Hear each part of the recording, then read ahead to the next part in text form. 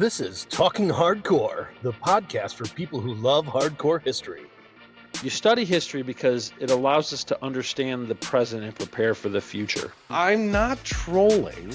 And I love it. I'm just pointing out where they're wrong.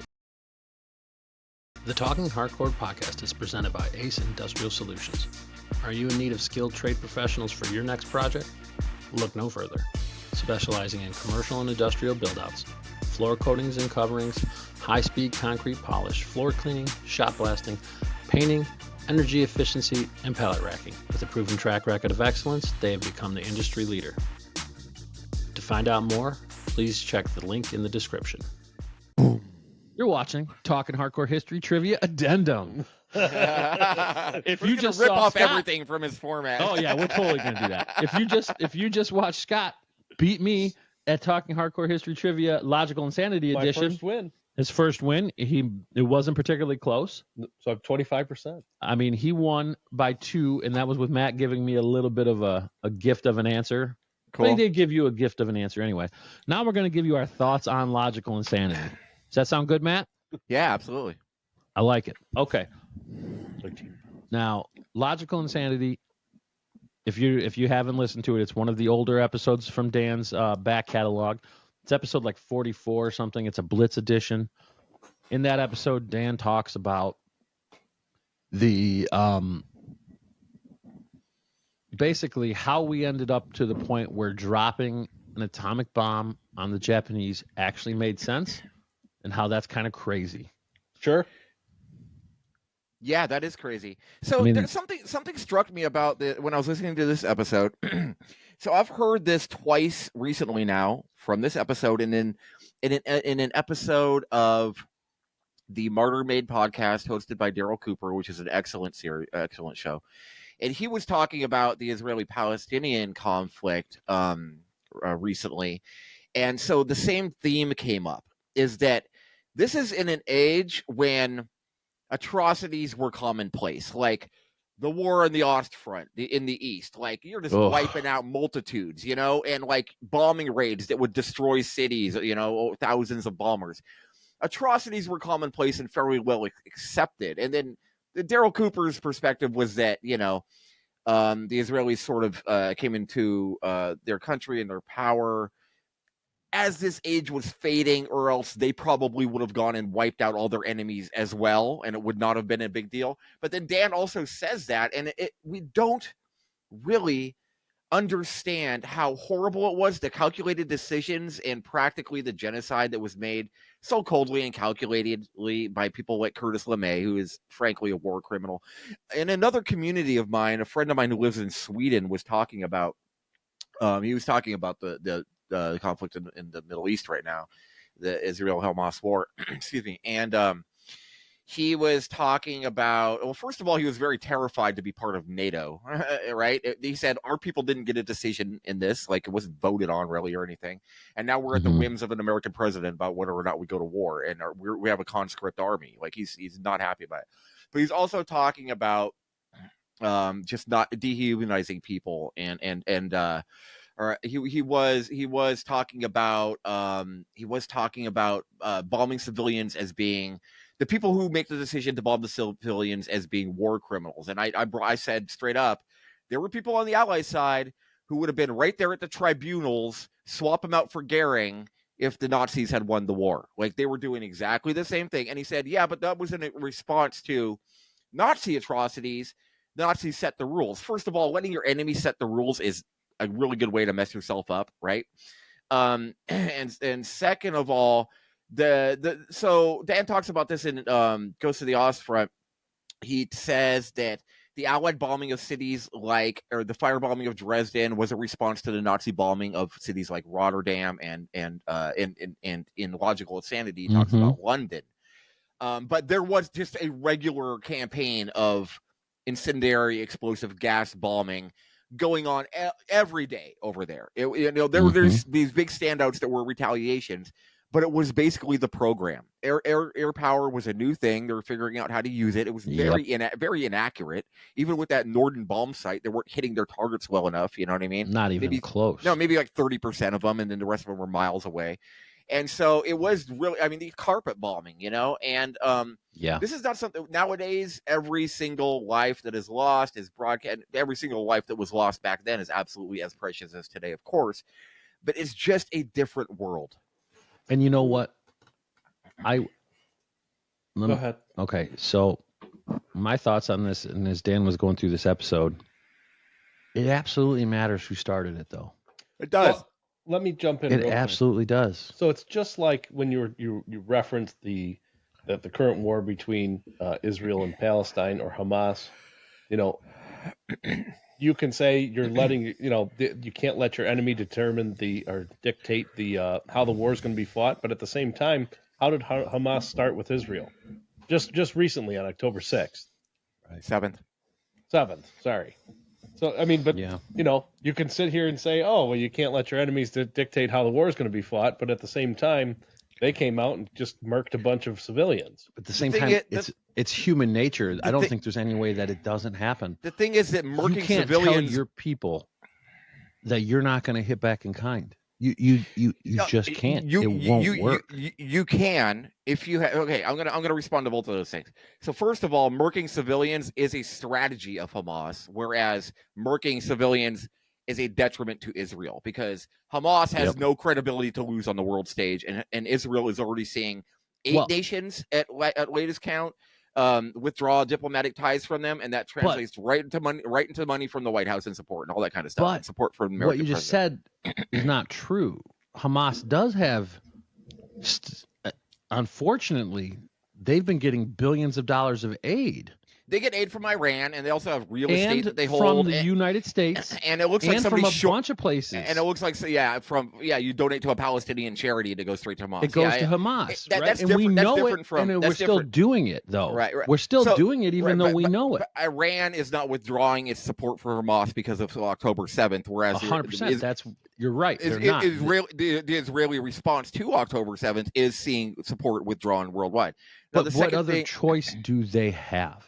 I don't know that there's a better way for them to fight Hamas. And I understand how people think that there might be, but all of that is armchair quarterbacking.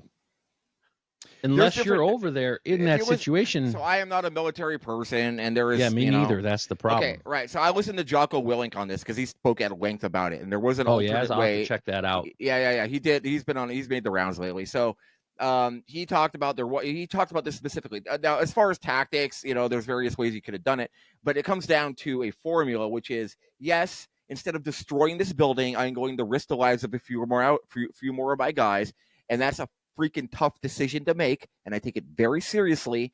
But up the chain, big picture, it is more important to do it that way. And I would have that conversation with my men, and I'd say, look, we're going to do it this way. It's going to be harder, and probably some of us are going to die, but here's why we're doing it. Now, George, he said you have to respond in kind. I guess I didn't mean in kind like that. I mean, you just have to respond.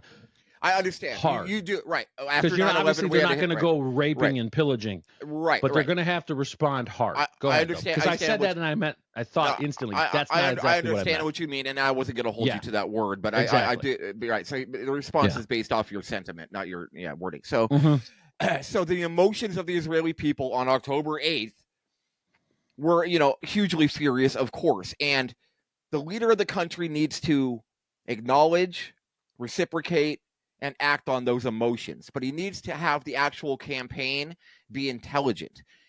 Benjamin Netanyahu, messed up. There's all the intelligence failures. There was the drawing of the troops from the kibbutzes in the Southwest. All this stuff. As soon as his usefulness as an extremist wartime president is expended, he and the top IDF guys are gone. Like, their political careers and their military careers are over. Like, he knows that. That gives him incentive to keep, unleashing the fury. Now, that's a problem too. If that had not been the case, if he had done everything intelligently and this still had happened, he would have had more political credibility to say to his people, look, I know you're furious. I feel your pain. We are going to respond to this. We are going to do it in a more intelligent fashion that will not isolate us from the entire world and cause hellish civilian casualties and make us be the bad guys all of a sudden. But I think you might be wrong in thinking that they could have done anything that wouldn't have isolated them from the entire world. I think I there don't was a know lot that of there's negativity anything against they could Israel have built up done. anyways, and it would have been a hard fight to maintain credibility. Right. You know, I mean, if but they're if they had immediately started crushing it in the humanitarian department, evacuating civilians, doing everything possible instead of just but like, how do they evacuate civilians without know. going in there? Right? Other thing, not set up just that. channels, They- set up But they passages. did set for up safe- places for Hamas or They for closed Palestinians the to go the to. Rafah border crossing was closed. They were No, bombing but they the set border up. crossing. Hey, you guys need to leave They these were bombing areas. refugee camps. They were bombing. No, well, maybe Matt. I don't know how much of that, any of that, I can believe. No, that's confirmed. And I don't know. That's confirmed. Like I'm not. Well, I confirmed dig by deep who? here. Yeah, but By the Hold IDF. on. Confirmed by who? By I the don't IDF. know. hold on. By the IDF. Well, then, yeah. The next that's question believable. is, if you allow civilians to leave, what's going to stop Hamas from blending in with those civilians and leaving with them? That is the kicker right there, and I'm glad you mentioned that, Scott, because Right. that's the thing. So There's the no only thing, easy answer here. There's no easy answer. I think they would, a lot of Hamas people would stay because once they get into Israel, what are they going to do? They don't have weapons to keep fighting. Their job wait is a to minute. keep Oh no, fighting. they could suicide vest. on. They could get in there and then go raping and They would stabbing. get Hold on. right to the border checkpoint crossing post where they were stopped and searched, and their suicide vests would. And they Okay, might so blow- what if they blow just up a get few over people there around and then them? find a knife and go stab someone? Because if you So that get could to happen. heaven, That is the if part you where you get have. to That is the heaven, part that Jocko Willink was talking about, where it's going to be harder and we're going to lose more people, but it's going to be better. I mean, and I it's not, don't see how you can tell your people, hey, we need to risk your mother's life and I don't to think they save would. these They certainly extra would not have all Palestinians come. They when the wouldn't have all rest come of the into world Israel. already looks at us Yeah. as usurpers anyway. And they wouldn't have all come into Israel. Like, they could apply more pressure to No, Egypt. but I mean, look at what they just did in I Israel, know. right? Look It's what they a just did. hugely complex situation. Like, It's you're so absolutely- yeah, difficult, and it's hard to see. I don't blame Israelis for not valuing an innocent Palestinian more than an innocent Israeli. That's human nature. Because I can tell you this, I don't value an innocent Palestinian more than I value an innocent American. I don't. And you know what? I'm not ashamed by that. That's human nature. Okay? I value first, I treasure most. There's an order of ascension here. Okay? And it's my family, then it's my friends, then it's my fellow countrymen. Okay? And then it's everybody else. So if I have to pick whose life I'm willing to risk, other people outside of my countrymen are going to be further down. And I don't care. I don't give a shit if that scene is old. I don't give a shit if that scene is as antiquated. It's human nature, and it's okay. Well, the one thing I wanted to bring into that, so Matt, when I said that Hamas could just easily sneak out with civilians, Hamas would not stay to fight because they know they're going to get the floor. They're going to get mopped with the floor. Right. They're going to be they're just going to be destroyed. That's why they're not picking a face-to-face fight to begin with. Right. I mean, they know. So this is a logical insanity podcast addendum, and Yeah, I now know. we're doing Wait an a Israeli minute. Hamas No, I'm just podcast. saying, they just know Needed they to can't happen win a sometime. face-to-face fight. But it's a So very similar It's going to be thing. mopped with Yeah. the floor. So bombing their buildings isn't really attacking them either by that logic, because Well, it they would is, have 'cause already they're fled, still in which them. I believe. They're under Well, those buildings. Then they did state a fight. They stayed in their Well, tunnels. yeah, because like you said, so but that was because you said they weren't allowing enough of them to leave, right? Enough allowing Palestinians to leave. civilians to leave. Right, but how do you know who's the civilian? Yeah, that's the tough part. And, And there's Jocko can sit here 3,000 miles away and say, "Hey, you're going to have to risk some Israelis to win this." He's on the talking about his own. international scene. He's talking about speaking from personal Sure. experience in combat in Sure. Iraq. And he might be right, because that's a different situation. The rest of the world is whether or not they are right, the Israelis have to feel like everybody else is going to hate them no matter what. Look at the history of Israel and the Jewish faith. There is an immediate bias there towards Israel, so that's why they needed to go way further in Yeah. humanitarian But aid it's and like hard doing to sell things that, Matt. instead of Elon it talked is hard about to sell that it. on Rogan, right? Elon talked about that on Rogan. Like they should have hit hard and then super overcompensate with kindness as well. And maybe they could do that. Well, kind of like how we wiped the floor with Japan and then we stayed and built it back up. But you have to wipe the floor with them first. Somebody They is have to going give to. up. So somebody is going to rebuild that place, and currently Israel is just now beginning to accept responsibility, their occupation, and then there's talk about the Palestinian Authority coming in, but they don't really have the credibility or competence. Mahmoud Abbas, the leader of the Palestinian Authority, is not well liked in Gaza because he's seen as being a collaborator with the Israelis, a Zionist. The UN might have a hand. Like, who knows? It's up in the air right now. And you can't trust the UN anyway, right? Anyway, logical insanity. So we are living in a different world than the bombing campaigns that took place most regularly Which during is the good. Second World War. Thank goodness, yes. And the conversation about atomic weapons needs to include those bombing campaigns so that people really You're right. understand what was going on. The fact that so many people don't know about the fire bombings, and really what? Sorry, Scott. I'm going to say this one thing, and then we're going to let you talk for at least 3 minutes without interrupting. I don't need to talk for 3 minutes. Okay. But okay. But if anybody wants to question the morality of the atom bombs in Japan, go listen to Dan's description of the firestorms, and then decide whether or not the atomic weapons were actually bad. If we were doing something that literally created a hurricane force winds of fire, and we were doing that regularly, it doesn't seem like atomic bombs that ended the war were the wrong thing. So were the British on the That's Germans. what I'm saying. And the Germans didn't secede. They didn't stop. Exactly. That's the problem. Concede is what I meant. Yeah. Concede. That war was bananas. You had two regimes that were unwilling to surrender when it was obvious they were losing. Yeah. Because it was an ideological war. And they knew, the ones in charge knew, that they committed so many atrocities to start the war that there was no getting out of it if they surrendered. Yeah. So instead of surrendering, as would have happened in all of the other European wars, I mean, look at World War I.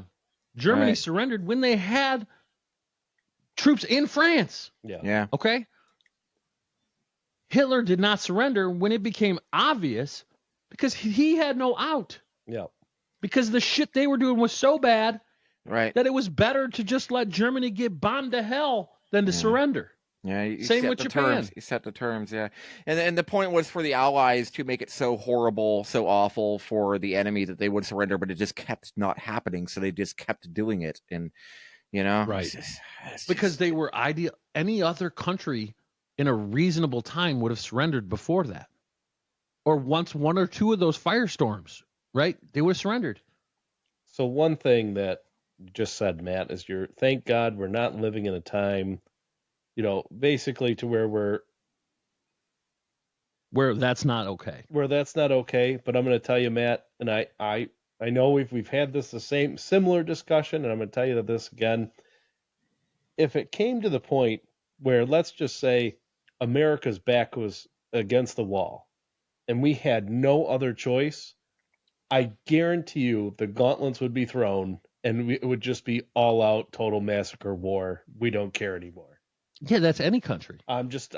You're right. No, you're 100% right. And that's what I thought there was. The reason we don't have that now is because we don't need it right now. But Europe before World War I or before World War II was very civilized. Yeah. For a while there, things were, Dan talked about in this episode, right? The soldiers would get up and they would go and they would fight. But the generals could talk. It wasn't total war. Now you can't say that about the Romans. Okay? No. You can't say that about the Romans' conquest of Europe. Well, it's a little different. But that's the point. By the time we got to the late Middle Ages, the early, 1800s, war, they were kind of civilized. Look at the way the British fought the Revolution. They did not fight a total war. And if they did, they might have won. Oh, no, they would have won. They might have. I'm sure they would have. But war was much more civilized between civilized countries. And I think the Russians were at the point of total war.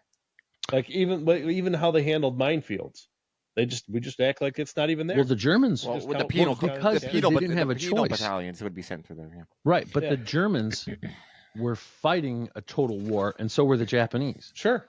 So once those terms are set, you can't fight an opponent that with two hands behind your back. You just can't. I'm just though that's my point. No, I and mean, I agree. so where just But you're right. It would get that way again. It could very It easily. would. And what would you want? I mean, nobody wants that. That's bad. That's bad for everybody. That's probably bad for that's bad for the planet. Because I'm pretty sure if America's back was against the wall, and I know they've war gamed this a ton of times where Right. nobody will actually press the button to fire the nukes, I'm telling you right now, I think somebody would press the button. You could come up with a situation where somebody would. For sure, it's a possible scenario. It's just very, very, very unlikely. And one of the main reasons it is because luckily for us and probably the world, America is so safe. Yeah. Right? Like realistically, we're never getting invaded. I mean, in the foreseeable future, we're not getting invaded. And then, okay, but let's just wrap this up, and then we're going to do another short podcast. Okay, that we'll start recording in a minute. But Matt, let's wrap up with your thoughts on the episode of Logical Insanity. I think it's a very important piece of history that should be remembered and appreciated, not only in the context of the atomic weapons conversation, but just to remember how bad we were not so very long ago. Henry Kissinger just died. He dropped more bombs on Cambodia than in World War II. Scott, you were just talking about how if it went there, we would go total war again. That was total war 30 years after the Second World War.